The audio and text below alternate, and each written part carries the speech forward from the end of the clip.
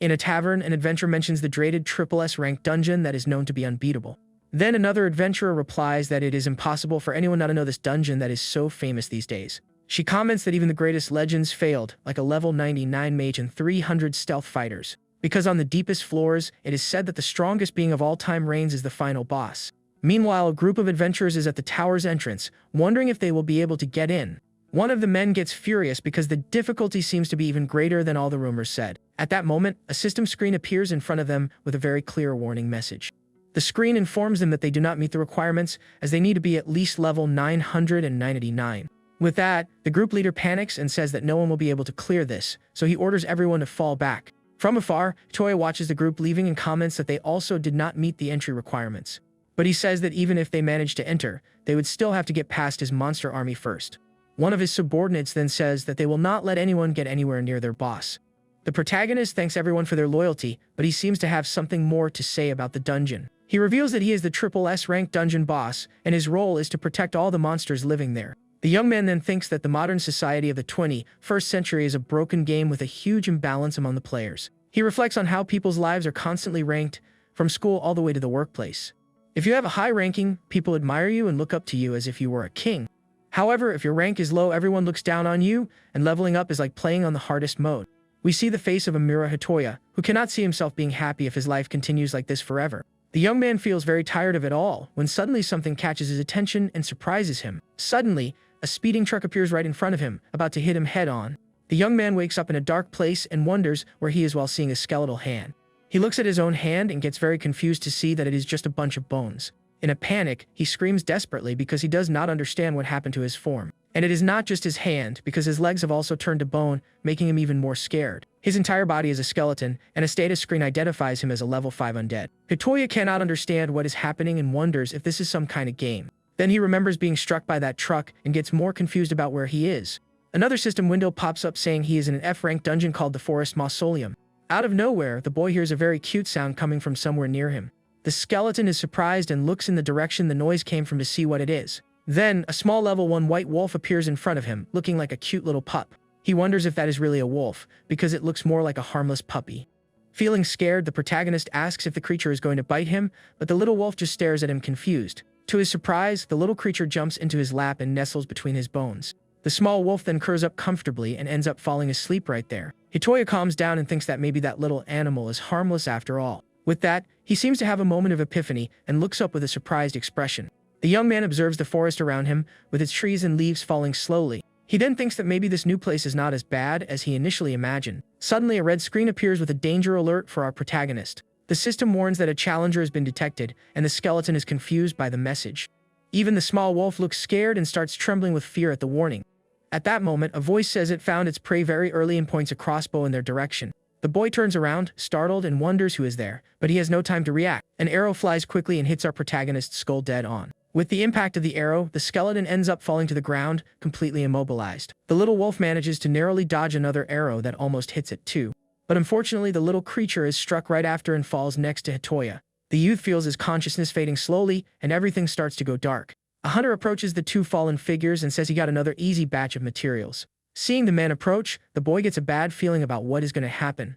The hunter's silhouette looks like a shadowy fiend, and Hitoya wonders if he is going to be defeated again. Suddenly, the little wolf appears on top of his head and starts whimpering. The skeleton wakes up confused with the little creature on his head and wonders if he is still functioning. He looks at his hand and wonders if fading away and becoming an undead was all just a dream. While petting the little wolf, he realizes that he definitely got taken down moments ago, because he remembers seeing the hunter harvesting materials from the small wolf right in front of him. And he also recalls seeing the man taking the fangs from the creature's tiny form. Hitoya saw the human doing all that while he was down and unable to move. He remembers the hunter holding one of the little wolf's battle-worn fangs. Then the man smiles sinisterly while holding the animal's form like a trophy. The hunter also said there was a good market for undead ribs. And after that, the man simply pulled the protagonist's bones out one by one. The skeleton still remembers the awful pain he felt in that moment of despair. But the alert system sounds again, warning that a new challenger has been detected. Hitoya panics because he cannot believe more humans have already shown up to hunt him. He thinks he will be defeated again and needs to hide as fast as possible to stay safe.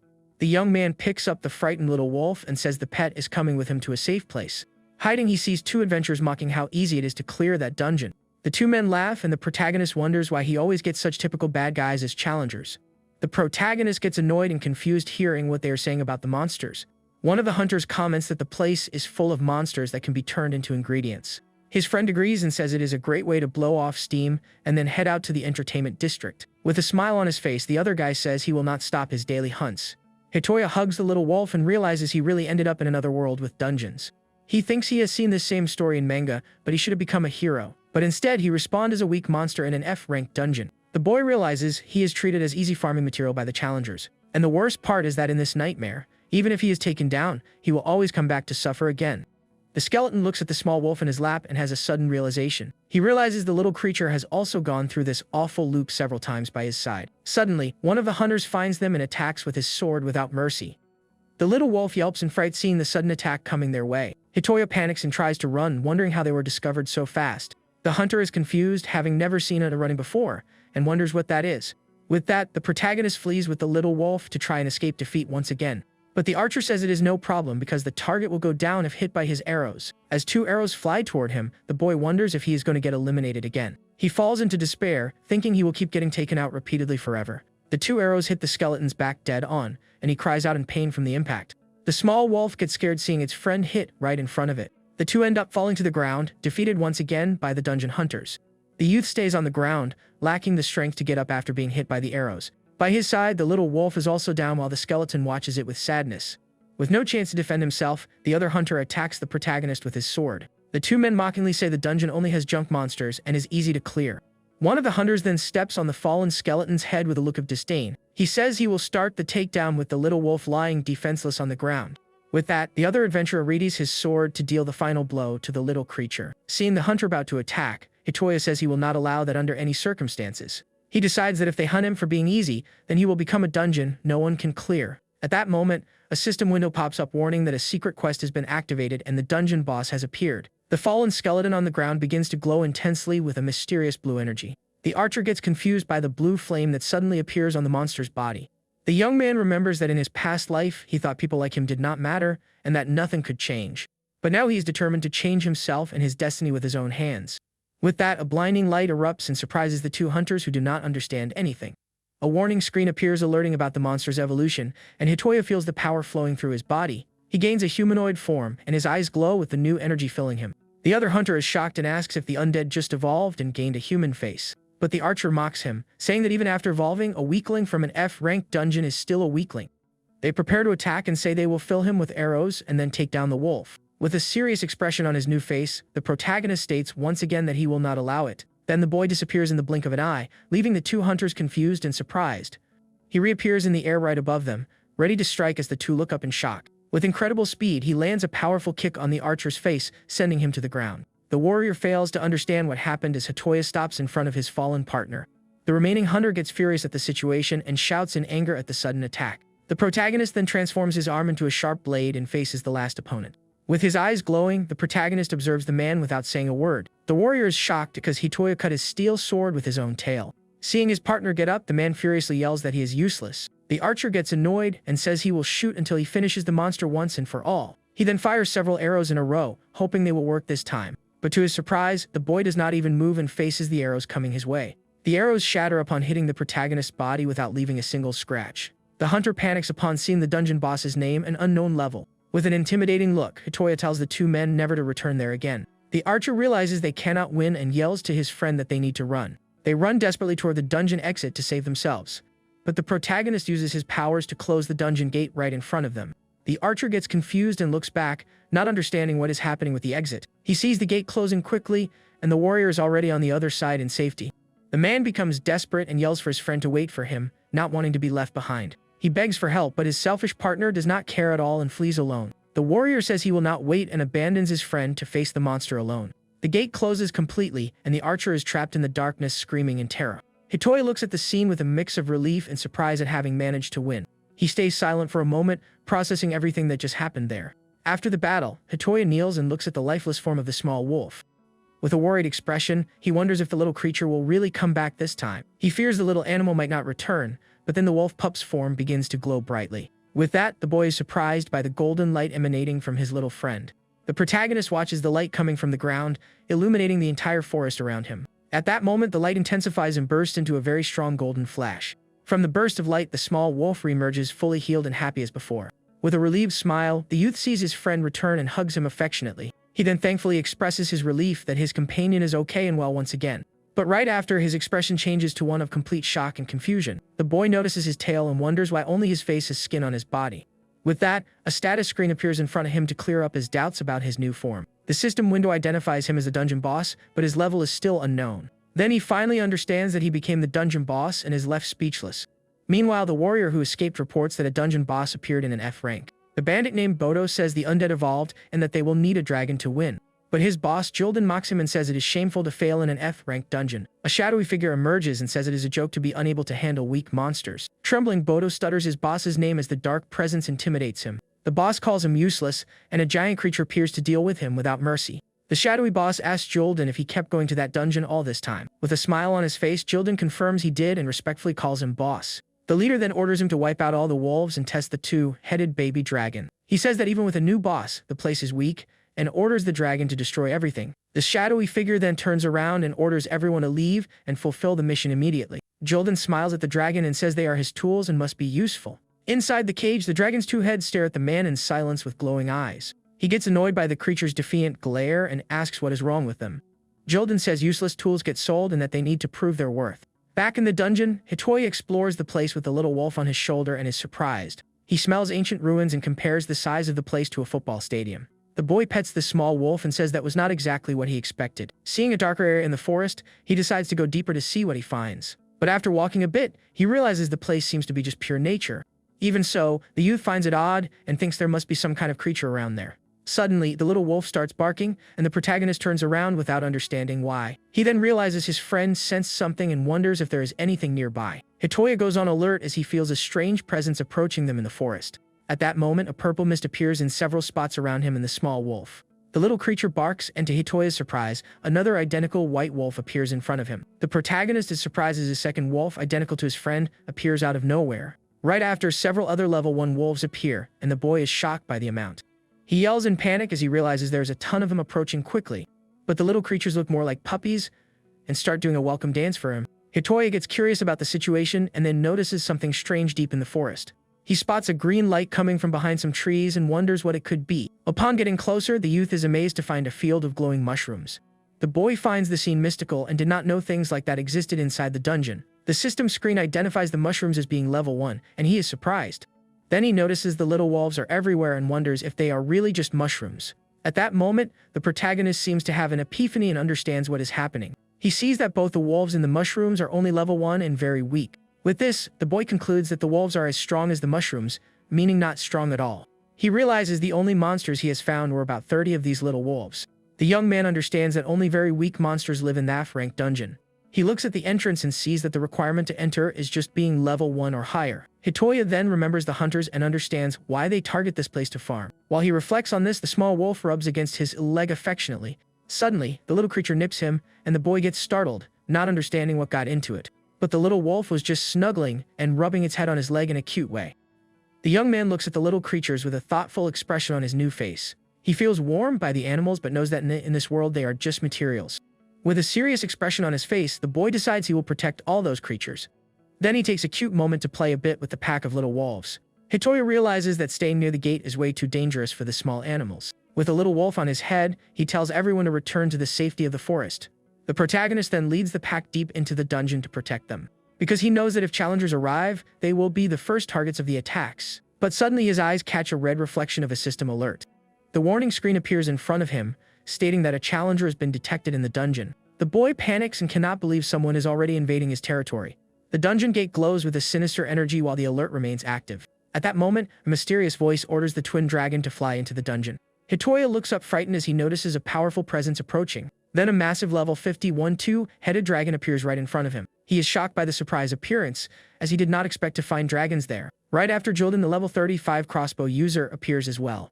The protagonist gets even more tense because now he has to deal with dragons and bandits. The bandit then orders the twin dragon to ignore the others and attack the dungeon boss. Seeing the imminent danger, he yells for the little wolves to run back to the forest. The dragon's two heads attack the protagonist at the same time with their sharp claws. He is surprised by the speed of the attack and tries to defend himself as best he can from the charge. But the little wolves are paralyzed with fear and cannot run away from the imminent danger. Hitoya panics and wonders if he will be able to protect all the wolves by himself. With sweat running down his face, he faces the threat with an expression of fear. He remembers the awful scene from before and fears everything will happen to them again. The little creature seems to feel his determination and turns to him with a confident look. With an encouraging bark, the small wolf joins the others to face the dragon. The youth is surprised by the pack's courage as they unite to fight by his side. The little wolves bark bravely, showing they will not abandon their new protector. They all gather in front of the protagonist to form a protective barrier. With an emotional smile, the boy thanks everyone for the help and feels more confident. Jilden laughs at the scene and says the hunt is more fun when the prey tries to run. Hitoya gets furious and says he will not let the bandit attack the wolves under any circumstances. With a mocking smile, the hunter calls him a feisty prey and glares at him with disdain. He then orders the dragon to prove its power. If it does not want to be discarded as useless. One of the creature's heads opens its mouth and starts charging a blue energy sphere. The system screen warns that a twin dragon skill has suddenly been activated. The protagonist wonders what this skill is and prepares for the incoming attack. The dragon then fires a powerful blue energy beam toward Hitoya and the wolves. The blue energy beam hits the ground, and the protagonist barely manages to dodge it. He looks back and is surprised by what happened after the attack's impact. The beam froze the ground instantly, and the boy realizes the strength of the enemy's power. He understands it is not normal fire, as it has the ability to freeze whatever it touches. With that, he runs away while the dragon's other head flies in his direction. Then the second head opens its mouth and charges a red energy sphere. The protagonist leaps to the side to dodge the attack that explodes upon hitting the ground. The explosion creates a sea of flames that burns everything around with intense heat. The boy is startled by the scene, as the fire is so hot it melts the ground itself. The heat melts the earth, and he is impressed by the dragon's destructive power. He notices one head breathes fire that freezes and the other breathes fire that melts. The young man understands that skills are like special moves in video games, and everyone has one. He deduces that one head has the freezing flame skill, and the other has the melting heat skill. The boy then wonders if the bandit watching the fight also has a skill. He questions if he himself might also have a special skill to use in battle. Hitoya then focuses and notices a new system window appearing in front of him. The screen informs him that a skill is available and he can activate it whenever he wants. The protagonist gets excited and wonders if he can really activate a skill right now. He focuses, and the system window confirms that activating the skill is possible. The screen reveals his skill is Rebirth, which revives him and acquires the challenger's skills. Hitoya is shocked to understand his skill brings him back and even copies his enemy's skills. But the hunter gets annoyed by the protagonist's distraction and yells for him to focus on the fight. With that, the bandit fires a volley of purple arrows toward the boy to eliminate him. The arrows fly at high speed, but something very strange happens halfway there. The protagonist is confused and wonders what happened, as the arrows simply vanished. Suddenly, the arrows reappear right in front of him and narrowly miss hitting him directly.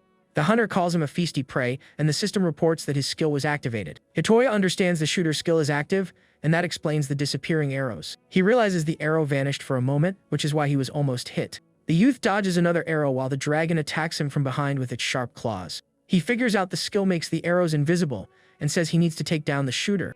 Then the boy starts running to get closer to the enemy while dodging the dragon's attacks. Jilden laughs and challenges him, asking how long he will be able to keep running. With that, the protagonist sprints at top speed to try and find an opening in the attack. But suddenly, he hears a sharp cry of pain coming from somewhere near him in the fight. To his surprise, the shooter's arrow ended up hitting the dragon instead of him. The hunter calls the dragon useless and threatens it, saying he might turn it into a decoration. Hitoya is outraged by the scene and asks why he attacked his own ally in battle. The bandit calls him an idiot and says monsters are not allies to him in any way. He explains that monsters are tools meant to serve humans and be discarded. With that, the hunter gives an evil laugh while the dragon writhes in pain on the ground. Hitoya then understands that in that world, monsters are seen merely as disposable tools. He remembers how humans use and abuse the creatures without a single ounce of remorse. But the boy thinks differently and recalls the happy moments with the little wolf. Suddenly, the twin dragon thrashes, and the magic chains begin to break little by little. The two heads look at each other with determination, as if they had decided to rebuild together. Jilden is confused by the creature's reaction and does not understand what is happening there. Taking advantage of the distraction, the protagonist charges at high speed toward the enemy. In the blink of an eye, the youth appears right in front of the hunter, who is completely surprised. With a furious look, Hitoya shouts that to him, monsters are not disposable tools. He then attacks the bandit, who tries to block the strike using his crossbow as a shield. But the man is shocked to see his weapon and the dragon's chains shatter from the attack. With his opponent disarmed, the protagonist glares at him and asks what he will do now. The hunter panics, being completely defenseless without his weapon to protect himself. Desperate, he yells to the dragon and orders the creature to come protect him immediately. But the beast's two heads just stare at him in silence, disobeying his attack order. The bandit screams for the dragon to move, but it remains still, showing no reaction. Furious, Jilden calls the creature useless trash and curses at its sudden disobedience. Then the dragon flies up high and glares at its former master with a threatening look. One of the heads opens its mouth and charges an energy sphere, ready to strike the man. The hunter panics and cannot believe he is being betrayed by his own creature. Then the dragon fires a powerful ice beam at its former master without mercy. The man cries out in pain as his form is completely frozen by the beast's attack. With a look of hatred, the dragon takes revenge for all the mistreatment it suffered from the human. With that, the bandit's frozen form shatters into 1,000 pieces, bringing his time to an end. The system screen reports that the level 35 challenger failed to clear the dungeon. Right after, another window pops up in front of Hatoya saying a skill can be activated. He understands he met his skill's activation condition by defeating the challenger. With this, the protagonist decides to activate his special skill to see what happens. The window confirms that the sampling of the hunter's skill was completed successfully. The boy is enveloped by a new aura and acquires the enemy's stealth shot skill. Hatoya realizes his power is stealing the skills of the challengers who fail in the dungeon. At that moment, the twin dragon looks at him, confused by what just happened there. The creature growls at the protagonist and looks like it might attack him at any moment. Hatoya senses the dragon's hostility and goes on alert at the unexpected situation. But the youth asks the creature to wait, as he does not want to start another unnecessary fight. He apologizes to the dragon for scaring it, and the beast is surprised by his attitude. With his eyes now purple, the boy says he has no intention of fighting against it. He says he might look like a strange monster, but he poses no threat to the creature. Then a new skill screen, exclusive to the dungeon boss, appears in front of him. Hatoya is surprised, having never seen a golden window like this one, and wonders about the exclusive skill. The screen states that the exclusive boss skill is to add new monsters to the forest dungeon. The protagonist is in shock and cannot believe he just gained a second skill so quickly. He understands the new skill allows him to add monsters to strengthen the dungeon's defenses. With that in mind, the youth looks at the twin dragon with a new idea on his face. Then a new window pops up asking if he wants to add the level 51 dragon to the dungeon. The boy gets very excited, realizing he can turn the dragon into a monster for his dungeon. Another golden window appears and reveals the name of his second exclusive boss skill. He thinks that with this skill, he can turn the dragon into a monster that belongs to the dungeon. The youth knows that having a dragon that breathes fire and ice would be a huge boost to his defenses.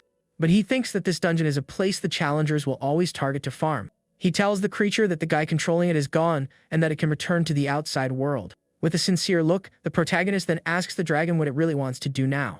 The creature remembers how its former master treated it merely as an obedient tool. The two heads then look at each other for a moment, as if conversing in silence. The dragon thinks Hatoya is a weird guy, since he could have forced it to stay under his control. But the creature feels it does not hate him, and seems to have made an important decision about its future. Suddenly, the dragon's two heads approach the boy and leave him a bit startled. The youth asks in surprise if the creature is really going to stay and become part of his dungeon. With a nod, the twin dragon confirms its decision and accepts the protagonist's invitation. With a smile on his face, the protagonist thanks the dragon for its decision to stay. With that, the boy activates his skill to add the creature as a new monster. The system screen then confirms that the level 51 dragon has been added. He notices the dragon's injury has healed and understands that everyone recovers.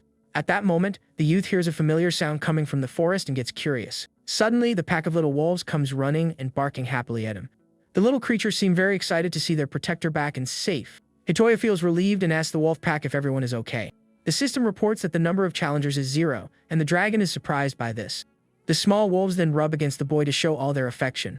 The lead little wolf thinks that, because of the youth, he managed to protect everyone. With that, the protagonist gently pets his small and loyal friend's head. With a smile on his face, the boy thanks the little animal for its courage and loyalty. The little creature gets all happy and blushes at its new protector's praise. Then they all start celebrating their victory and the safety of the dungeon together. The youth sits on the ground and enjoys the moment with his new and cute companions. He remembers that he could not protect them before, but today everyone survived. The boy hugs one of the little wolves and is happy to have finally kept everyone safe. For the first time, the protagonist feels he managed to move forward and change his fate. One of the little wolves climbs onto his shoulder and comments that he might even have a human face. One of the dragon's heads asks the youth if he is human, since he does not look like one. At that, Hatoya is shocked and yells out, asking if the creature can actually speak. After that, the boy climbs a tree to observe the dungeon's massive forest. The dragon mentions that it informed the protagonist about what kind of people come to the dungeon. It reveals that the word challenger there basically means a group called the Ryuseizokyu, and that this gang captures dungeon monsters to sell them as weapons or materials. The youth gets indignant and asks if they will really come back to that dungeon again. The creature confirms, saying their leader will come to clear the dungeon someday. The dragon comments that their leader's strength is on a completely different level. Hatoya realizes these must be memories the creature would rather forget. With a sad look, the dragon's two heads turn away, seeming to confirm his thought. The protagonist then thanks the creature for telling him everything anyway. With that, the boy raises a finger and says he has a suggestion for what they should do now. He asks everyone to stay deep inside the dungeon while he stands guard alone. His plan is to watch the only gate from a high place so he can react to any attack. The dragon's two heads stare at the protagonist in silence, processing his strategy. But the small wolf on his shoulder looks worried and lets out a tiny whimper of fear. The youth pets the little animal and tells it not to worry because everything will be fine. Even so, he looks at a system screen and admits it is not like he is not anxious. Then he remembers his rebirth skill, which copies the skills of those who fail. With this, he understands that the more enemies he defeats, the stronger he can become. He will fight the challengers to gather skills and take down the dragon invaders. The boy knows peace might not last, but he will do what he can with the strength he has now. Suddenly, everyone is startled by something unexpected happening inside the dungeon. Then a red warning screen pops up, announcing that a challenger has been detected. Hidden among the leaves, the protagonist realizes the invaders have finally arrived. With a sinister purple energy, the dungeon gate slowly begins to open. A group of hunters with dragon marks on their bodies appears at the dungeon entrance. Their leader says Julden stole the dragon and ran off, but that he will be caught one day. From high in the tree, Hitoya sees that they are the dragon hunters, and there are many of them. The youth gets tense at this, as he has never fought against so many people at once. Then two invaders chat about betting on who can get the highest takedown count. Hearing the men's conversation, the protagonist gets an expression of pure rage. He becomes furious that they dare turn monster loves into a sick game. The boy thinks that even outnumbered, he still has options and activates a skill. With this, the system activates the stealth shot skill, and a phantom attack begins to form. He plans to destroy their weapons with silence and precision to gain an advantage. An energy arrow hits one of the hunter's bows dead on and shatters it instantly. The man is completely shocked to see his weapon breaking right in his own hands. The other hunters are confused and wonder what that was and if it was an attack. One of the invaders mocks his friend, saying not to worry because it is just an F-rank dungeon. Hitoya then has an idea and wonders if they can use their skills without their weapons. He realizes that in this world, human abilities are powers that reside inside their weapons. The boy gets tense and breaks a cold sweat because if his theory is right, this changes everything for him. With that, one of the hunters activates his skill, and his halberd glows with a purple energy. But his weapon does not break from the attack, and the man is shocked by its durability. Hitoya then understands that if he breaks the invaders' weapons, he can neutralize them. With this new plan in mind, he fires another arrow that shatters one of their swords. The youth continues his attacks and destroys another invader's club with his mysterious power. The hunters panic as they cannot see the attacks destroying their weapons. One of the men activates a vision skill and finally finds Hitoya hiding in the tree. The protagonist realizes skills are not just for attacking and goes on high alert. Taking advantage of his discovery, an enemy activates the wind blade to attack him. With that, the attack flies at high speed toward the boy in the tree. Hitoya focuses and thinks he just needs to concentrate on dodging the skill attacks. He dodges the strike in mid-air while an invader orders everyone to attack at once. The hunters who still have their weapons charge all together at the protagonist. With a determined look, the youth says he will keep destroying their weapons non-stop. He will break every single weapon they dared to bring into his beloved dungeon. Having said that, the boy fires a new barrage of energy arrows at the invaders. The invaders are in shock and cannot believe the youth is so powerful. They understand that creature is not a weak F-rank monster like they thought. Frightened, one of the invaders says he is getting out of that place as fast as possible. He yells to everyone that he is falling back and leaving that dungeon immediately to survive. With that, the group of invaders starts fleeing in a panic toward the dungeon exit. The system screen then reports the names of all the hunters who retreated from the fight. Hitoya is surprised to see they are simply giving up and running from the battle. At that moment, a window pops up warning that a boss skill has been activated. The protagonist is confused by the message and does not understand what just happened. The screen reveals that he acquired the Wind Blade and Vision plus 10 skills. The boy is in shock, realizing he simply stole their abilities. Then he finally understands what his special skill actually does for real. He realizes that escaping the dungeon is the exact same thing as failing to clear it. And that means all the skills from the challengers who flee become his. But the invaders' leader gets furious and yells, asking if they are already running away. He reminds everyone that this place is an F-rank dungeon that is easy to clear. The man seems to have a plan and stares at the forest with a very determined look. He says that if they burn the forest down, they will swim in materials and activates his skill. The hunter yells that he will not leave without taking something down and fires a massive fireball. Seeing the fire attack, the pack of little wolves panics, terrified by the scene. With a furious look, the protagonist shouts that he will absolutely not let that happen. Then he activates the Wind Blade skill he just stole from one of the enemies. The blade flies at high speed and destroys the hunter's fireball in mid-air. But the attack does not stop, and it hits the man's arm head-on, making him cry out in pain from the impact. With that, the hunter falls to the ground defeated, and his friend is shocked by the unexpected scene. The invaders' leader wonders if the youth really used the skill and copied their powers. With a threatening look, the protagonist glares at the remaining hunters in the dungeon. Hitoya then firmly declares that this place is no longer a hunting ground for them. At that, all the leftover invaders panic and scream in terror at the monster. They flee desperately to try and escape the terrifying place in one piece. The boy watches the men running away and leaving all their weapons behind on the ground. With a heavy thud, the dungeon gate closes completely right in front of them. Now inside the dungeon, the protagonist stares at the entrance in silence for a moment. He then reflects on everything that happened and how he has changed since it all began. The youth remembers when he was just a skeleton and could not do absolutely anything. He recalls how he could not beat even a single person back in those days. But today, even facing a whole group, the battle's outcome was very different. The boy feels proud because he finally managed to protect all his monster friends. With a satisfied smile on his face, he tells himself that everything is okay now. Then he turns to the little creatures, who look at him with great happiness and relief. With that, the system screen reports that the number of challengers in the dungeon is now 0. Meanwhile, a man tells Overa that his henchmen failed to clear the dungeon.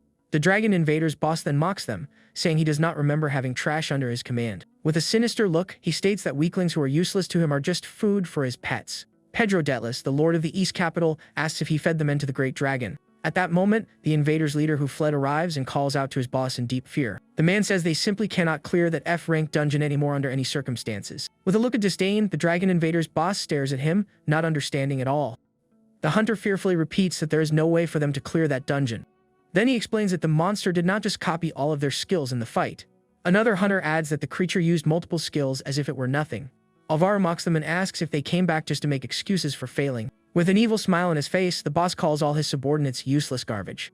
Then a shadowy fiend-like silhouette with red eyes appears behind the frightened men. He says it is feeding time for the great dragon, and a giant mouth appears to consume them. The hunters scream in terror, seeing they will be a snack for their cruel boss's creature. Meanwhile, Pedro watches the scene with a smile and comments that it is a good show. But he takes a drink and says that even so, this whole story is very strange to him. He reflects that a boss should not even exist in an F-rank dungeon. Pedro then asks if Alvaro believes this, and the boss admits the story is suspicious.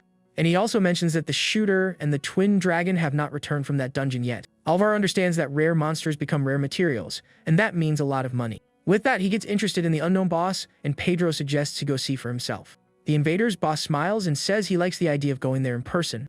But he demands that Pedro double his cut of the profits if he gets what he wants. Back at the dungeon, the protagonist observes the peaceful place after the big battle. He is resting in a tree when he hears the excited barks of the small wolf. The little creature seems very happy and runs back and forth with lots of energy. Hitoya climbs down from the tree and asks his friend what happened to cause such excitement. With a jump, the little wolf sits in front of him, waiting for him to follow it somewhere. Then the little animal runs deep into the forest, expecting the protagonist to follow along. The youth gets confused and wonders if something happened deeper in the dungeon. He decides to follow the little wolf to see what it wants to show him with such enthusiasm. They walk quite a bit, and the boy realizes they have gone very far into the forest. Suddenly, the small wolf stops in front of a familiar place with glowing mushrooms. Hitoya is surprised to see that it is the exact same place where he found the mushrooms before. The little wolf barks at him, and the youth does not understand what the pet means.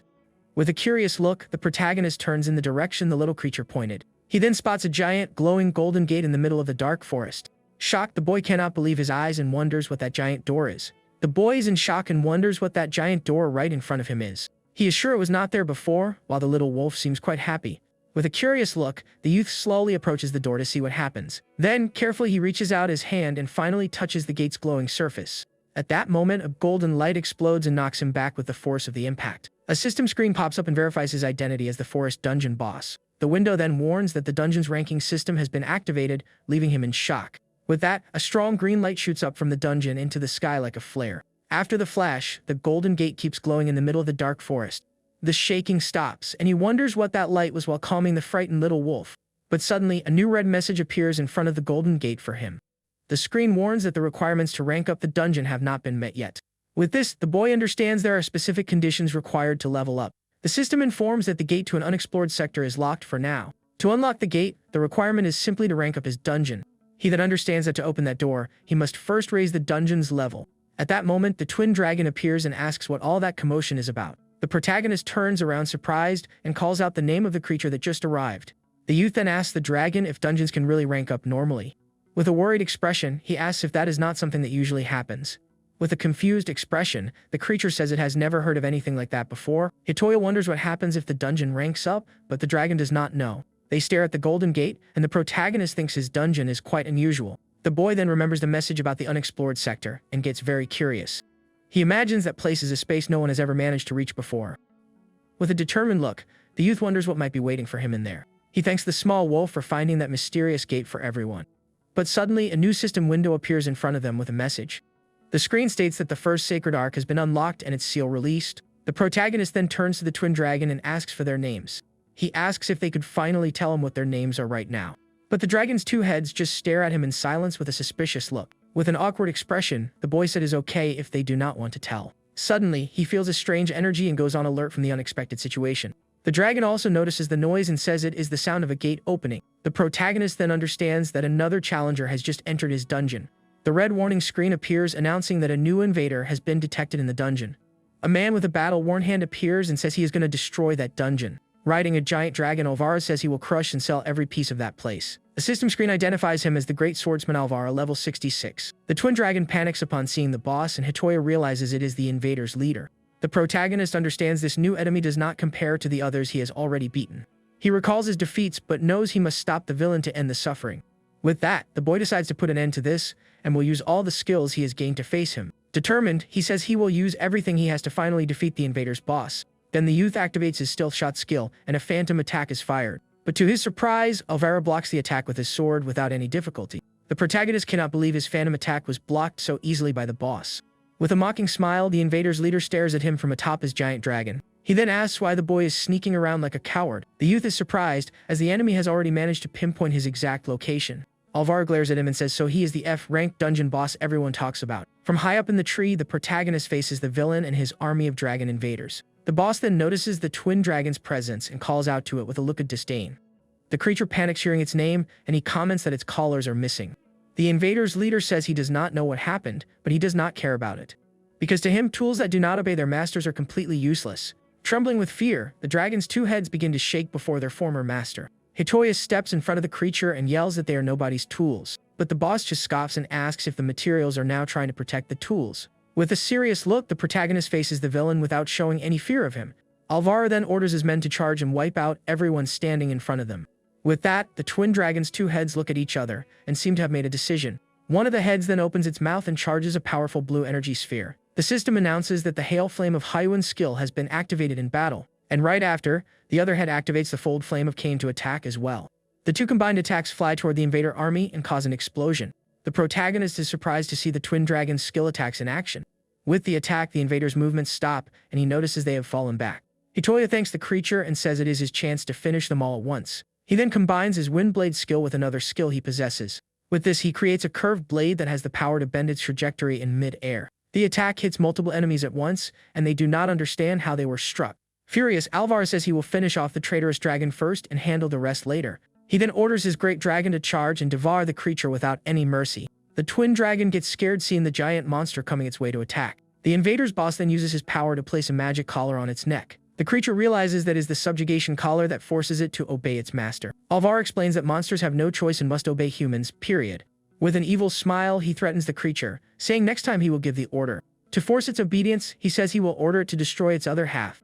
One of the creature's heads panics at the command and looks at its other half. At that moment, the other head yells for its sibling to be careful and stay away from him. In a panic, one of the heads tries to run, but the other advances to attack it mercilessly. The great dragon then opens its giant mouth and charges to consume the small creature. With no chance to escape, one of the heads thinks it will not be able to get away in time. But suddenly, the protagonist appears and saves the creature from the monster's fatal strike. The small creature is surprised and wonders if it is still functioning after the attack. He then throws the little head far away to safety and faces the enemies alone. Alvaro gets furious and orders his men to catch him and not let him escape no matter what. Hitoya notices that one of the heads is trembling in his arms, deeply terrified. He understands the creature is still terrified of the one who branded that fear into it.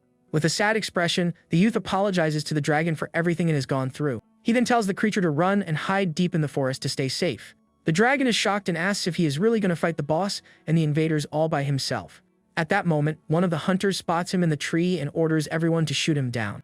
The protagonist tells the dragon not to worry because he will be fine in the battle. With a confident smile, he says he will wait there until the creature is free. The dragon's two heads look at each other, moved by their friend's brave attitude. Hitoya then jumps down from the tree and prepares to face the invader army alone. With that, the men yell for everyone to take down the dungeon boss as fast as possible. The protagonist says he will not let anyone get hurt anymore and will end the fight. He activates his Vision plus 10 and Detect skills to see how many enemies are left. With his powers, the youth dodges the attacks and uses his skills to counterattack. He uses his wind blades and phantom attacks to eliminate the enemies one by one. One of the surviving invaders is shocked by the protagonist's strength and skill. With almost all his men defeated, the youth says now there is only one left. Hitoya faces Alvaro, the last opponent left for him to defeat in the dungeon. The invader's boss calls him useless and does not seem to care about his men. He then orders his great dragon to activate its Devouring Surge skill. With this, the creature opens its giant mouth and begins sucking in everything around it. The protagonist is surprised to see the great dragon's skill being activated. Then the giant monster begins to devour its own master's men without any pity. Hitoya is completely shocked and cannot believe what is happening right in front of him.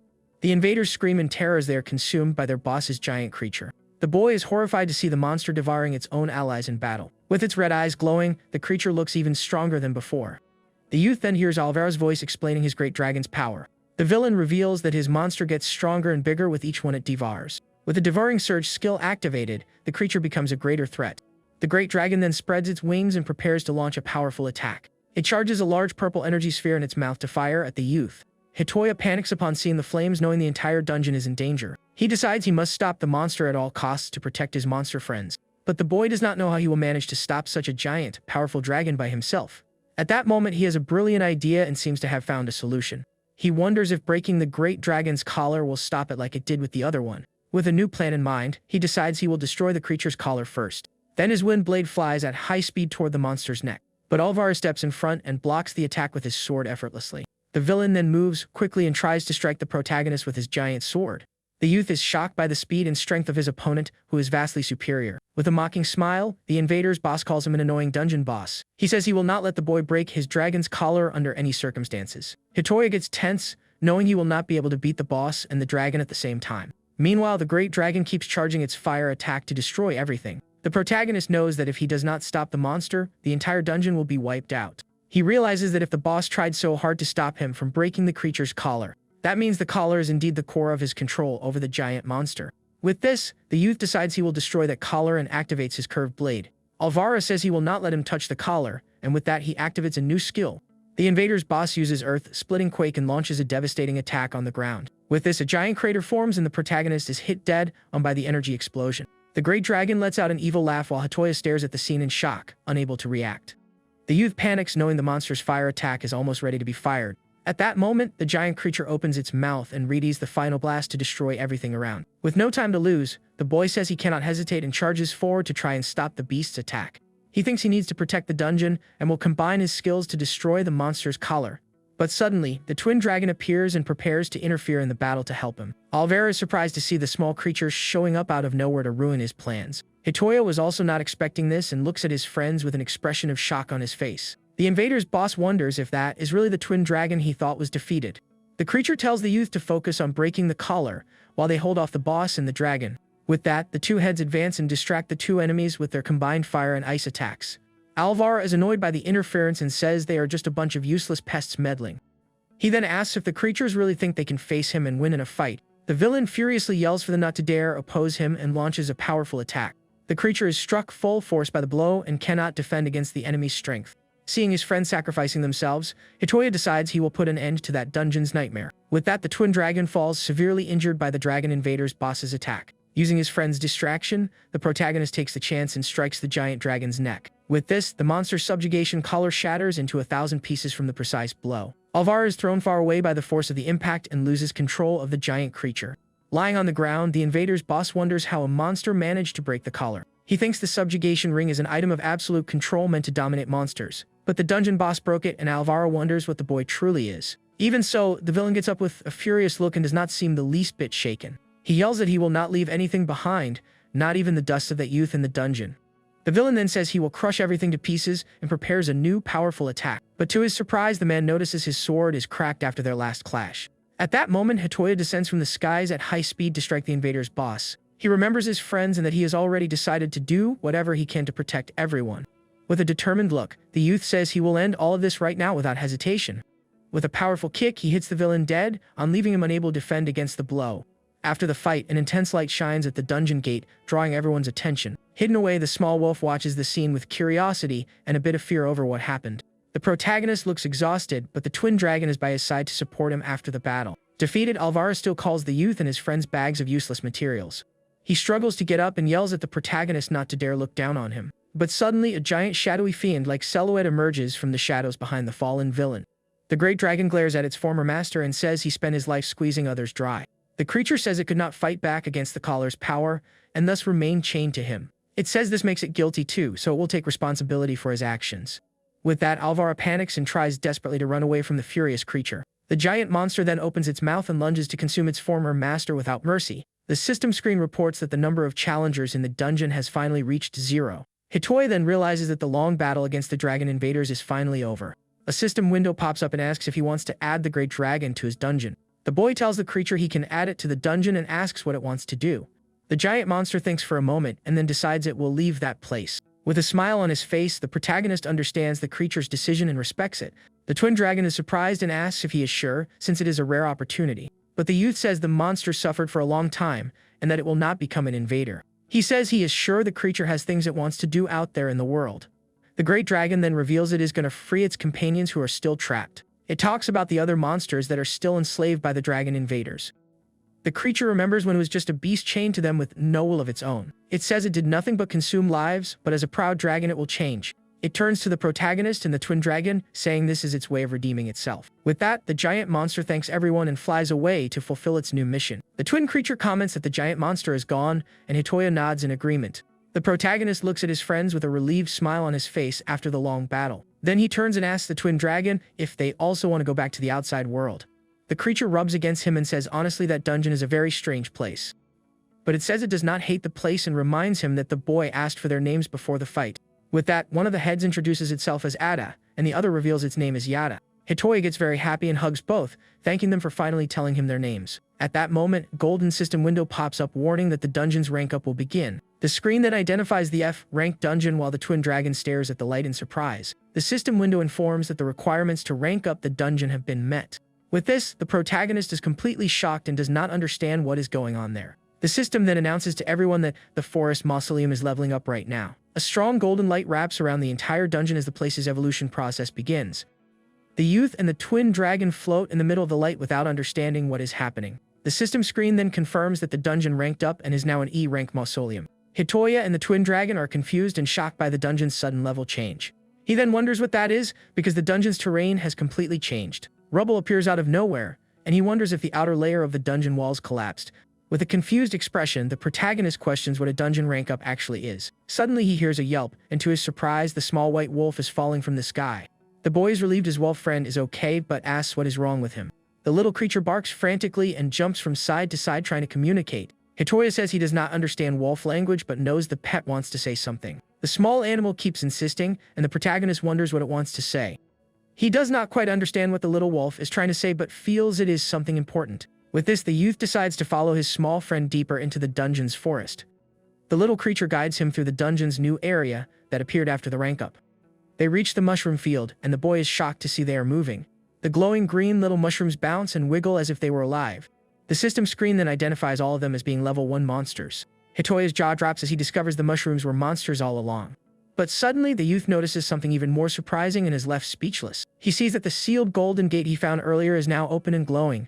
The system window reports that the requirements were met and the dark gate was opened. With this, the protagonist is amazed to see that the unexplored sector has been unlocked. He then understands that this was what the little wolf was trying to tell him about. The youth stares at the open gate with a little wolf on his shoulder and surrounded by the mushrooms. The twin dragon then asks if he really intends to enter that new place. Hitoya thinks that if the monsters are from his dungeon, then they are on his side, and he also believes that if he enters, he will be able to learn more about that mysterious place. With this in mind, the protagonist and his friends head down a long staircase to the underground. But to everyone's surprise, they end up reaching a dead end at the bottom of the path. Hitoya then notices a golden glow and wonders if there is something buried there in the ground. Suddenly, the little mushroom monsters start bouncing excitedly around the boy. To his surprise, the little creatures begin digging up the floor using their own heads. In a joint effort, they all dig at the spot where the protagonist saw the mysterious glow. The youth is shocked as he realizes the mushrooms are unearthing the item for him. A golden chest emerges from the ground, and the system announces that the rank reward is materialized. Hitoya's jaw drops seeing the 6th sacred arc, and he realizes it is a treasure chest. The system screen then confirms that the mausoleum's rank-up reward has appeared. The boy understands that one of the changes of raising the dungeon's level is gaining treasures. With this, the twin dragon gets super excited and yells that they found a real treasure. The creature then wonders if more treasures will appear if the dungeon keeps evolving. But Hitoya gets serious and realizes that if there are treasures, then challengers will come to steal them. He worries because the reward might end up attracting even more enemies to the dungeon. This means the treasure could actually be a huge bait for new invaders. But the twin dragon says they can think about that later and encourages him to see what is inside. The protagonist decides he will check the inside but asks everyone to step back for safety. Carefully, he approaches the ark and wonders what could be inside that sacred chest. The youth then places his hand on the lid, and the treasure glows intensely as it is opened by him. Inside the chest, he finds a golden item called Prometheus's right hand. The boy wonders what it is and notices it looks like an accessory, such as a ring. A system screen then pops up and identifies it as an equipment item with a special effect. With this, the protagonist is surprised, realizing it is absolutely not a common ring. He then feels the item's immense power and is shocked by the energy radiating from it. The twin creature wonders what the effect is, while the little wolf thinks it is a flashy power. The youth thinks the power will be useful, but he seems to have some kind of apprehension about the item. He realizes the power could lead the dungeon into more fights, and he does not want to use it if he can avoid it. So the boy tells his friends he cannot show the power just yet, and the creature stares at him. The creature thinks about the unknown treasure and all the mysteries of that strange dungeon. It remembers the dungeon leveling up and how strong the boss is to break the colors. With this, the dragon stares at the protagonist and wonders who he really is to have so much power. The youth then says he wants to protect the dungeon more firmly without using the treasure's power. With an idea in mind, he turns to the mushrooms and says he wants to borrow their strength. The little creatures are confused and do not understand what the dungeon boss means. He explains that with the mushroom's power, they can change how the dungeon works right now. Then the boy invites everyone to work together and build a hideout in the dungeon. With that, everyone starts digging the ground together, wolves and mushrooms in a massive effort. They stack all the rubble that appeared after the rank up to build walls. After everything, they cover the outside with plants so it all blends in with the forest. With a smile on his face, he looks very proud of the result of all their hard work. Then he announces to all the monsters that their hideout is finally complete. The youth thanks everyone for the help, and the twin creature replies somewhat awkwardly. The creature then asks if they can go inside the house now, and the boy agrees excitedly. Once inside, he explains that fire and blades cannot reach them in there. He also shows a hidden tunnel that serves as an emergency exit to the forest. The place is a bit dark and cold, but all the monsters look very cozy together. With this, the protagonist says that even if something scary happens, they will be safe there. After all the work, the youth watches everyone sleeping soundly in the hideout. He still worries about many things but wants to believe the rank up is a good thing. The boy remembers that in his old world, ranking up was an endless competition. But he realizes that in this world, leveling up is different, because he gets stronger.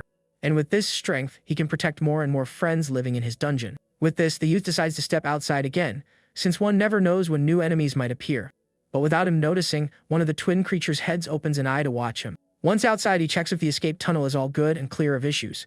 Suddenly, the little wolf climbs onto his shoulder, and the boy wonders what it wants now. He then notices the dragon's two heads standing in the water, looking restless. With the little wolf on his shoulder, he asks Ada what happened to make her so agitated. The creature then stares at him and asks why the dungeon boss tries so hard for them. With this, Ada then asks who the dungeon boss really is, leaving the boy confused. The dragon's two heads say they want to know more about him and ask if he has a family. They also ask what his family is like and if they look like the protagonist. The youth feels awkward about the situation and does not know what to answer the two curious creatures. He then replies that his parents are normal humans, even though he looks like a monster now. With a serious expression, the boy begins to remember his past life and his earliest memory. Then we see the image of a little boy in a destroyed place that looks like a junkyard. He recalls that his oldest memory is feeling very cold and thinking he was hungry, but he remembers two people saying that even if something bad happened, he would be safe there. Then we see the happy little boy calling that couple mom and dad with a smile on his face. He shares that even without ever seeing his biological parents, that couple welcomed him with open arms. The youth remembers waving at them, but right after, a massive disaster struck suddenly. With that, his house was swallowed by debris, and his adopted parents never came back for him. Back in the present, he tells the creatures that he probably did not even look like them. But he always hoped to be able to live the same way his parents lived. With a small smile, he reveals he has been thinking about that the whole time since he met them. The little wolf and the dragon get emotional, and the boy thanks them, saying everything is okay now. The twin creature thinks it still does not know about the boss's level or how he broke the collars, but it feels it now somewhat understands why he is in that specific dungeon. Meanwhile, the scene shifts to a large futuristic city known as the capital city. The scene then takes us to the inner district of the capital's underground research lab. There, a young man reads a formal request to investigate and destroy the forest mausoleum. Lying on the sofa, he says sometimes it pays off to read letters from boring people. With a smile on his face, the boy gets surprised by what he just read in the document. He then comments that it is a bizarre dungeon and that they will have to study it completely. Back in the dungeon, everyone feels a strong tremor and the protagonist goes on alert. The screen warns that new challengers have been detected and a group of invaders appears at the gate. The twin dragon gets startled and comments that if the dragon invaders are gone, then it is a new faction. With a confident smile, Atoya says everything is fine because he will handle the situation himself. Determined, he states that no matter who comes, he will protect that place and everyone in it. With that, the youth leaps from above and surprises the invaders, who are not expecting an attack. One of the men recognizes him as the dungeon boss, and all 6 of them activate their skills. The protagonist notices that all 6 challengers have skills and that the average level has gone up. Without panicking, he gets ready for the fight and says he will take everything step by step. With a determined look, he declares he will win so he can protect all his friends. He then remembers the invader's boss's skill that tormented everyone before. The boy says that from now on, he will use that very same skill to protect his dungeon. One of the invaders panics as he recognizes the dragon invader's boss's skill. Terrified, one of the men yells for everyone to dodge and activates his own skill. But it is too late and a massive blue energy explosion hits the group of invaders head on. One of the invaders gets caught in the explosion, while the others use his skill to float. With a furious look, the protagonist yells for all of them to go back to their world. He then warns that if they return next time, he will have absolutely no mercy on them. With that, the group's leader orders a retreat and opens the dungeon gate to flee. One of the men complains because if they return empty-handed, they will not get paid. But the leader says that will not be a problem as a small drone appears. The little fish-shaped robot has glowing red eyes and stares at the protagonist. The boy uses his vision and discovers that it is a robot camera and is not alive. He understands they were not there to clear the dungeon as they escape through the gate. The gate then closes, and one of the men stays outside watching from afar.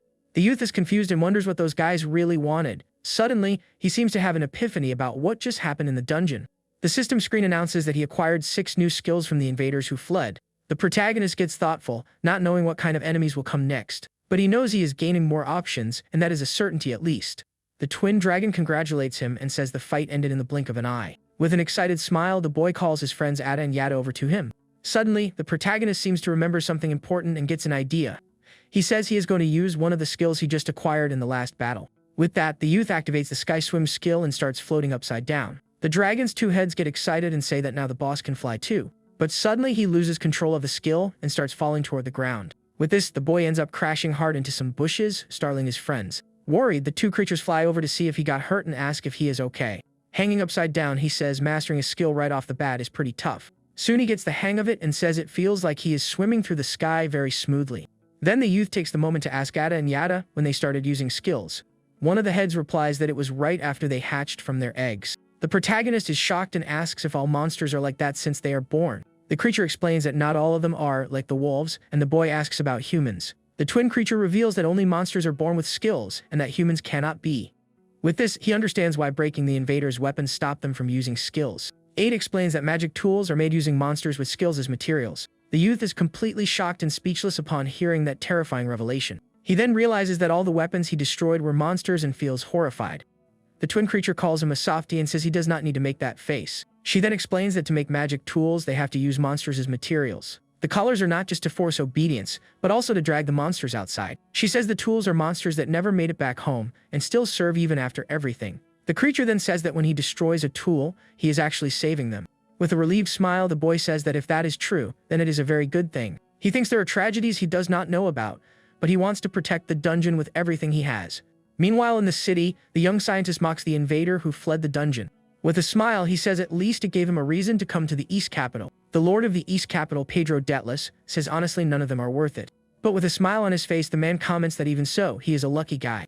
Because for the East Capital Lord's request, he is just the right person for the job. He then praises the invader for doing a good job fulfilling his small mission. Professor Alain Tulin says the footage the drone captured came out very well.